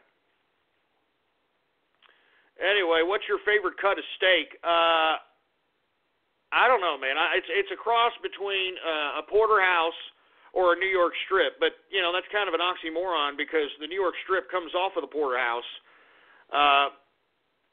But I don't know. It just depends on how it's cooked. I like beef that's cooked on wood, like it's, oak, mesquite, applewood, that sort of thing. And I've been in some restaurants that can cook a hell of a goddamn New York strip on some wood, and beautiful. I'm telling you that right now. Anyway, do you recommend oil ETFs? Yeah, unfortunately, I have no idea at this point in time. I believe that oil is still due for a bounce back, and the only reason that you haven't seen it is because you've had this ridiculous influx of investors in the equities market, which all they're doing is pumping and dumping so that everybody believes that the economy's great so they can continue to double down and try to get a profit. And once this crash happens, and even Trump has said this, that you ain't seen nothing yet. Just wait and see, is what Trump said here in a recent speech as it related to the economy and the crash that is happening, for Christ's sake. Is $279 a good price for Johnny Walker Blue Label? That's a fairly decent price. All right, it also depends on what state you're in, because states tax their alcohol at a different rate, so that could be tacking on a good, portion to the price. But if you can't drink rich, man, like I said, I have a very good cheap scotch that is mixed with a very, very expensive scotch. It's a blended scotch called Monkey Shoulder, which is unbelievable. And for you folks that are unaware what Monkey Shoulder is, it is the injury in which the brewers and the brewmasters of the scotch get when they're stirring all the mixtures of the elements that are scotch, and they're stirring it, and they get this injury to their shoulder, which they have coined the term monkey shoulder, and that's what the scotch is named after, for Christ's sake. Did Courtney Love kill Kurt Cobain? I don't know, man. I'm glad you asked that question. Now, and look, this is my opinion. I'm not, accusing Courtney Love of doing this, but I believe that she possibly did. And not only did she do it, she actually thought that she did it to put Kurt Cobain out of his misery. All right, I'm serious. I'm not joking. I think she justifies it by stating that Kurt Cobain, in her mind, of course, she's never stated this, in her mind, she's thinking, look, he's such a suicidal, depleted, heroin addict. He's always talking about suicide in his songs. Why don't I just help him put him out of his misery? All right? Now, the reason I say this is because there's a song, and I think that you should hear the acoustic version of this song called Malibu that Courtney Love actually wrote. And I believe it's one of the few songs that she actually wrote, because she never writes her music. As a matter of fact, when she was with the band Hole, that's what her freaking band name, Courtney Love's band Hole, Kurt Cobain wrote most of that music. And that's why, she was even relevant in the grunge scene at the time, because Kurt Cobain was the one writing her goddamn music. But anyway, if you listen to the song Malibu, she basically describes how, or not really how, but why she killed this Kurt Cobain, in my opinion. All right? Listen to that song, I'm not joking. All right? Just listen to the words. That's all I'm saying. Anyway, I'm not trying to, get into any of these conspiracy theories here, but somebody asked me the question, and, hey, I got to answer it, for Christ's sake. Is college really worth it in today's world? No. Unless you're going to go to community college and work, all right? But if not, just go to work. Go to work and be fiscally conservative. You know what I'm saying? That means that, spend money on whatever your expenses, your necessary expenses, what you need, not what you want. Always remember that. There's two ways to spend money. Do I need this, or do I want this? Now, of course, if you need it, meaning like, you need toothpaste, you need soap, you need food, and of course, you need to check yourself as it relates to consuming too much of those things. Need and wants is how you need to judge spending your money, especially if you're not going to go to college and you're going to go right to work. And if you're going to go to work, go and work at something that you want. All right? If you want to be something, go to wherever that job is and try to get a job at the lowest level possible from that job that you want and just try to work your way up. But, of course, if your mother and father or you've got scholarships or somebody else is going to full scholarship pay for your ass to go to college, then I strongly advise you to go to college because avoid responsibility as often as you as long as you possibly can, for Christ's sake, all right? Anyway, folks, would it be a good business plan to walk the neighbors' dogs for money since their kids are busy playing Pokemon? Well, I mean, I don't know if it's a business plan. Just go up to them and say, hey, I'll go walk your dogs on a weekly basis, for whatever money. And, of course, you have to be the judge of the price based upon your local market. You have to read your local market. But, yeah, you can probably make a few bucks doing that, for Christ's sake. Jesus Christ. Anyway, who else do we got going on over here? And I just got a tweet from Blog Talk. We're working quickly to return to the site to normal. Updates will be coming soon. So at least they're tweeting at me, trying to let me know. They're listening. They're probably like, look, we love you. What are you talking about? Don't leave me. I don't blame them, for Christ's sake, all right? Anyway, can you get rich from the casinos or lottery? That's wishful thinking, but no, I don't think you can. I mean, you know what rich is, folks? And let me tell you something. You people that believe that, and look, I got a lot of people who tweet at me, I just want to get rich. How do I get rich?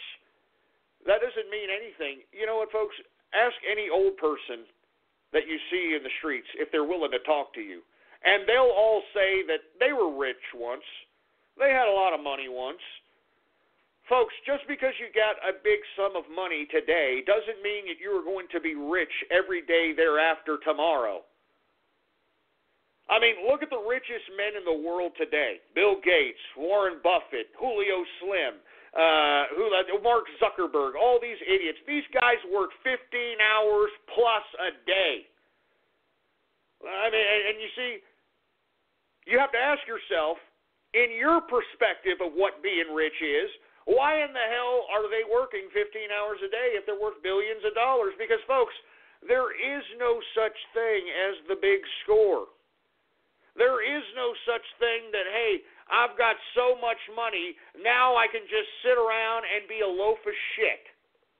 I mean, there is no rich for that. You're always going to have to work, man. You're always going to have to work. Always. And that's what's the sad part about reality, folks. I mean, that's what I'm saying. Even the richest men in the world work 15, 20 hours a day. And why? Because they want to stay rich. There ain't no, oh, look at all this money I got, and look, I'm rich forever. If you believe that's the case, why don't you take a look at all the failed lottery winners, all right? All the lottery winner nightmares of people that won hundreds of millions of dollars and are dead broke. All right? That's what I'm saying. All right? That's what I'm saying, for Christ's sake. What was the first job I ever had? Well, believe it or not, boy, I was an entrepreneurial type spirit. I would go out and ask, the neighbors if they wanted their, lawnmowers, they wanted their lawns cut, if they, needed, some help with some work around the house, that sort of thing. And it just branched from there. I think I was about 8 years old when I was asking the neighbors to, cut the lawns throughout the street. And believe it or not, I was making a lot of money. You know what I mean? Making a lot of money. I got myself a lot of the good toys at the time. You know what I mean? Now, I don't want to get into that, but that's, you can basically say that was my first job, for Christ's sake. Anyway, who else do we got here? Oh my God! Here we got stupid, dumbass questions, for Christ's sake. Look at this. Can I capitalize off spanking, for Christ's sake? Well, it depends on, first of all, if you have a decent-looking ass, I guess, and at the same time, if you're willing to take a pretty good slap, I mean, I think that you can actually make money off of freaking doing this kind of garbage. I mean, I think that there's like a YouTube for sexual, amateur pornographic material, so have at it. But always remember, once it's out there on the video and they know it's you, it's going to be kind of hard to get a goddamn job, for Christ's sake. Is becoming a YouTuber a good job prospect? Well, it depends on the kind of content that you create. And moreover, folks, the YouTube fan bases are fickle. You know what I'm saying? I mean, they can love you and be viral to you 1 year, and then, a few years later, they forgot you even existed. So, I mean, in my personal opinion, if you do make some kind of residual income off YouTube, I wouldn't bank on it, all right? I wouldn't bank on it. All right? I mean, I would just take that as residual income and try to, focus more upon an actual business model that will sustain itself for a long period of time. Because remember, based upon YouTube, your whole income is based upon viewership. All right? And let me tell you, you're competing with the world. All right? You are competing with the world as it relates to producing content. So, that's a lot of competition. All right? That's a lot of goddamn competition. Anyway, folks, who else do we got going on here? I'm going to take a couple more questions here. If I were to try to become a delegate in Pennsylvania, do you think there's a chance of eradicating bullshit liberals? Yes, of course, but you have to make the case to other delegates, and the first thing you need to do is read the current party platform of whatever party that you want to become a delegate in, and then write your own platform based upon certain elements of the original platform, but revamp it to modernize it so you can actually believe it, feel it, breathe it, bleed it, and go up to these delegates and convince them that your party platform should be what the party should be embracing, and that when the party platform becomes enacted, that every politician should oblige, and delegate as well, oblige the party platform. Because if a delegate doesn't oblige the party platform, you can basically revoke their credentials. And that's what was happening during the Republican primary when the Cruise Crew people were going from state to state, taking over the delegates, and because they had the majority of the delegates, they were taking their credentials away from other delegates that weren't obliging the new rules set by the precincts or by the districts or by the county or senatorial conventions, and they stripped them of their delegation credentials because they didn't oblige the rules. They didn't oblige the platform. That's why you, as a person that wants to make a difference in the party, you have to make sure that whatever your platform is and whatever you want the rules to be, because remember, aside from the platform, you got to write the rules. And you got to make sure that enough people appreciate those rules and platforms that they can enact it to be reality. And that's when you can control politicians. That's when you can recreate rules to take incumbents that no longer oblige the party platform and kick them out of office. And that's not a joke. I'm dead serious, for Christ's sake. Anyway, folks, let me take a couple of swigs of beer, and I'm going to take a few questions, and I'm going to get the hell out of here, for Christ's sake, because it's obvious we're not going to get to any radio graffiti. We're not going to get to anything, for Christ's sake. We're just going to sit here, play pocket pool. I mean, I'm not even being listened to by my stream, for Christ's sake, man. I mean, I get no respect from anybody, not even from my network. I mean, good God. My own network doesn't even respect me, man. Jesus Christ. Anyway, folks, let me see if I got a couple other here.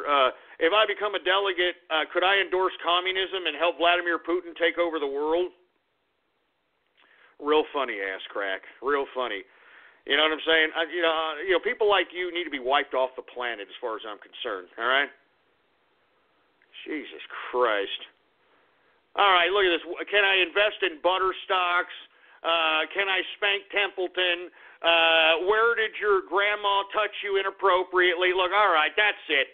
All right, that's it. Look, I just gave you all the recipe, the nuts and bolts of taking over the goddamn country, and you people are doing this crap. All right? Screw you. Screw you. Screw you.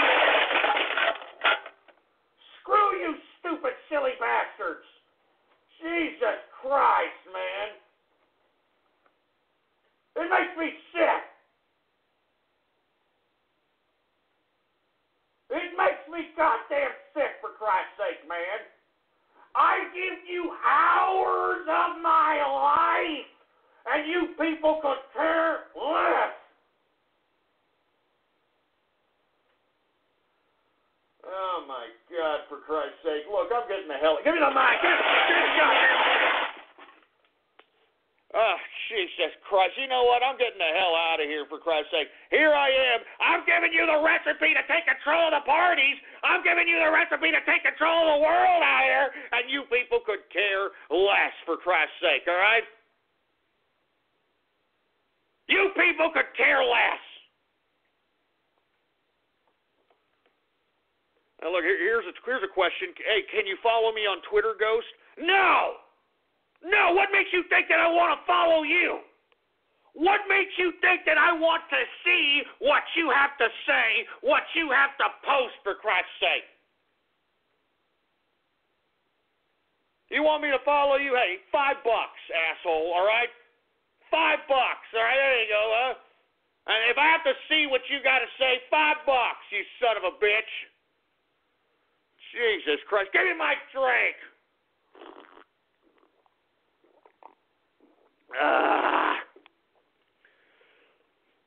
Jesus Christ. I'm not joking. I'm not following anybody for free, for Christ's sake. You think I want to see what you got to say? Jesus Christ, man.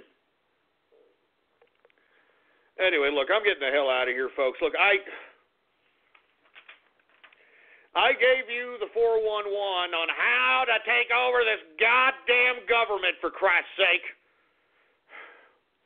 And it doesn't seem like anybody gives a goddamn. You understand what I'm saying? It doesn't seem like anybody gives two goddamn rats' asses, for Christ's sake, all right? So I'm getting the hell out of here. I'm so sick of this garbage. I'm sick of this crap. I'm not joking. I'm sick of this crap. I'm sick of this crap. Son of a bitch. Oh, look, and look at this. I've got sick-ass Twitter names saying, hey, I'll follow me. I'll give you $5. Look at these sick-ass Twitter names, for Christ's sake. Look at them. Look at them. Blood farts for France. I mean, good God. I mean, why did I even say that? Why did I even say that, for Christ's sake, man? Why did I do it? Damn it! Damn it! God damn it, man! Oh, Jesus Christ, man!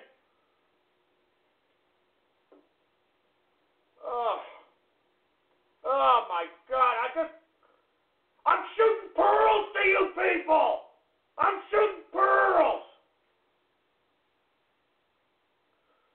Good God.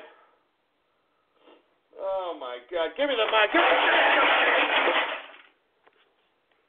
Look at these people. Look at them. Look at all these sick-ass names. They're like, yeah, I'll pay you $5. I'll force you to follow me. I mean, good God.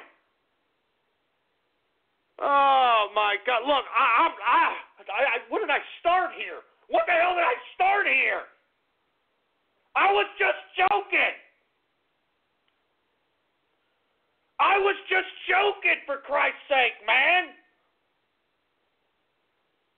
Jesus Christ, man. No, look, hey, all you idiots that are tweeting at me saying, hey, I'll pay $5, I'll pay. Hey, look, I'm just joking. I'm just joking. Oh, my God. Are you serious? I mean, I can't believe this, man. Give me the, I'm going to drink here. And for you folks that are just tuning in here, all right, we just went over on how to take control of the government, for Christ's sake. If you missed it, I'm sorry. I mean, we're at the part of the broadcast now where it's turning into goddamn Cooksterville because of the people listening into the broadcast throughout the damn world, for Christ's sake, man.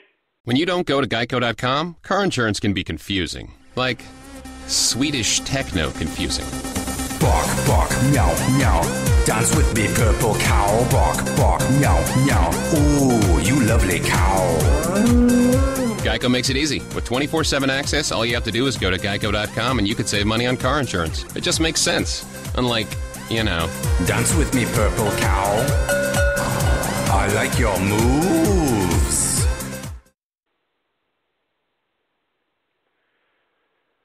Jesus Christ. I was just showing, like, people, I'll pay 10. How about $10?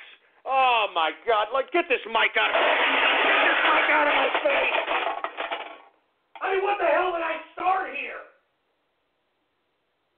What the hell did I start? You know, I know a bunch of people would probably be jumping at this crap. They'd be, hold on, give me the mic. I know there's a bunch of people that be like, oh, well, Ghost, go ahead, start selling them. I don't want to see what these sick freaks are posting. I don't want to see it, man. It's bad enough that they post it to me when they're tweeting at me. And I got to see it every day on my timeline if I'm following these pricks. Oh, my God, man. Oh, Jesus. I don't know what the hell. I mean, I'm not. I don't know what to say after that because, you know, I mean, even if I entertained this idea, folks, can you imagine the type of garbage that would pay $5, $10, whatever the hell, to have me follow them? You know, the type of names that these pieces of garbage would force me to follow, for Christ's sake, and the kind of crap that they'll post to make me sick, to make my life a living hell, for Christ's sake. Oh, my God. I don't even want to know, for Christ's sake. I don't even want to know. Give me this freaking... Give me my drink. Give me my drink.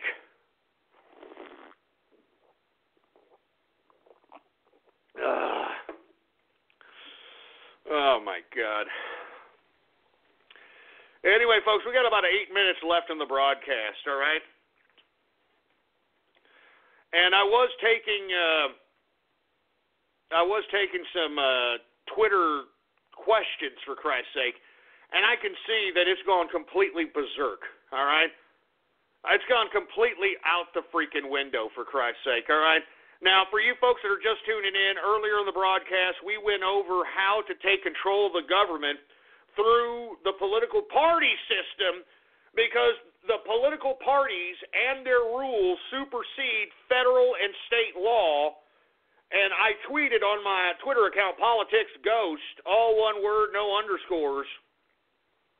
I tweeted in a document in which it shows all the Supreme Court rulings that basically validate what I'm stating, that under the First Amendment, the right to peaceful assembly, the rules of a political party are dominant over state and federal law. And if you missed the show, I went through the whole case on how to take control of a party and how to utilize that control to change the world. So if you missed that, folks, I strongly advise whenever Blog Talk Radio gets its act together, go to blogtalkradio.com/ghost. That's blogtalkradio.com/ghost. All right, that's where all the freaking broadcast that yours truly has ever conducted is there to download live, absolutely free. And, of course, if you haven't already done so, folks, please follow me on Twitter. PoliticsGhost is the name to follow. All one word, no underscores. PoliticsGhost. Anyway, folks, I mean, look, enough, man. No, look, people are actually tweeting at me saying, I'll give you $5 right now. I'll give you $10 right now. No, I don't want to follow you people. I know how you sick trolls are. I don't want to follow you people. You're sick. You're not right in the head. You're not right in the head, for Christ's sake, man. I'm not finished drinking beer yet. We got 5 minutes. More beer, for Christ's sake. More beer. That's it. That's what I'm talking about, man. Look, I can't believe this.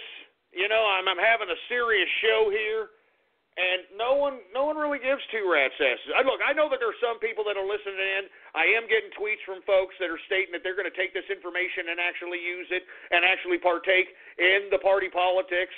And you should, especially if you are over the age of 18 and you are young. Start off being a young delegate, young delegate, and go out and change this goddamn world, all right? And make sure to get your friends, your family, everybody who you influence and that believes in your rules and your party platform to go with you to these conventions so that you can influence this son of a bitch.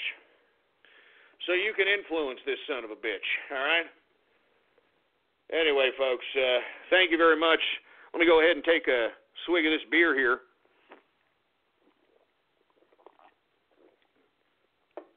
I got an idiot offering me $100. Are you kidding me? $50. I got $1,000. I mean, what is this, an auction, for Christ's sake? I mean, what is this, an auction? I mean, what am I going to... Yeah, let me 5, let me 10, let me 25, let me 30, let me 35, let me 40, let me 45, let me 40, let me 75, let me 45 for the dirty asshole. She's a lick a dirty hole, she'll make you say whoa. She'll lick a dirty hole, she'll make you say whoa. Come on, let me 5, let me 10, let me 45, let me 30, let me 35, let me 40, let me 45, let me 70. I mean, give me a break. Give me a goddamn break. Oh, my God. Look, no, enough. All right, enough of this. I got to get the hell out of here, okay? I got to get the hell out of here because I don't even get respect for my own network. My own network doesn't even respect me. Damn it, Blog Talk. I deserve a raise after this, Blog Talk. I deserve a raise. Jesus Christ. Anyway, folks, follow me on Twitter, all right? Politics Ghost is the name to follow. All one word, no underscores. And moreover, folks, once again, the official website of the True Capitalist Radio Show, whenever it gets back up, is blogtalkradio.com/ghost. Anyway, folks, I want to thank you very much for tuning in with me. Long live the capitalist army, and death to feminism, death to socialism, death to communism, and death to totalitarianism. There's Templeton. You hate communist, Templeton? You hate communist? My dog hates communists. You hate those communists, Templeton? That's right, Templeton. Sick them. Sick those communists, Templeton. Anyway, I will be here tomorrow live for Baller Friday, 4 p.m. Central Standard Time. 4 p.m. Central Standard Time. Be here for Baller Friday, baby. Be here for Baller Friday. Support for this podcast comes from the Utah Office of Tourism, announcing the Four Corners School's Canyon Country Discovery Center, offering hands-on exhibits, educational tours, and a variety of field-based hiking and rafting adventures. From day trips to week-long adventures throughout the Colorado Plateau. Nearby attractions include Canyonlands National Park, Hovenweep National Monument, Natural Bridges National Monument, Monument Valley Tribal Park in Cedar Mesa, fourcornerschool.org. Support for this podcast comes from the Utah Office of Tourism, announcing the Four Corners School of Outdoor Education. Located at 7,100 feet near the base of the Abajo Mountains in Monticello, Utah, the school's Canyon Country Discovery Center campus is an ideal location for your next tour or vacation. They invite you to visit and learn about Utah's unique canyon country through day trips or week-long adventures. More at fourcornerschool.org.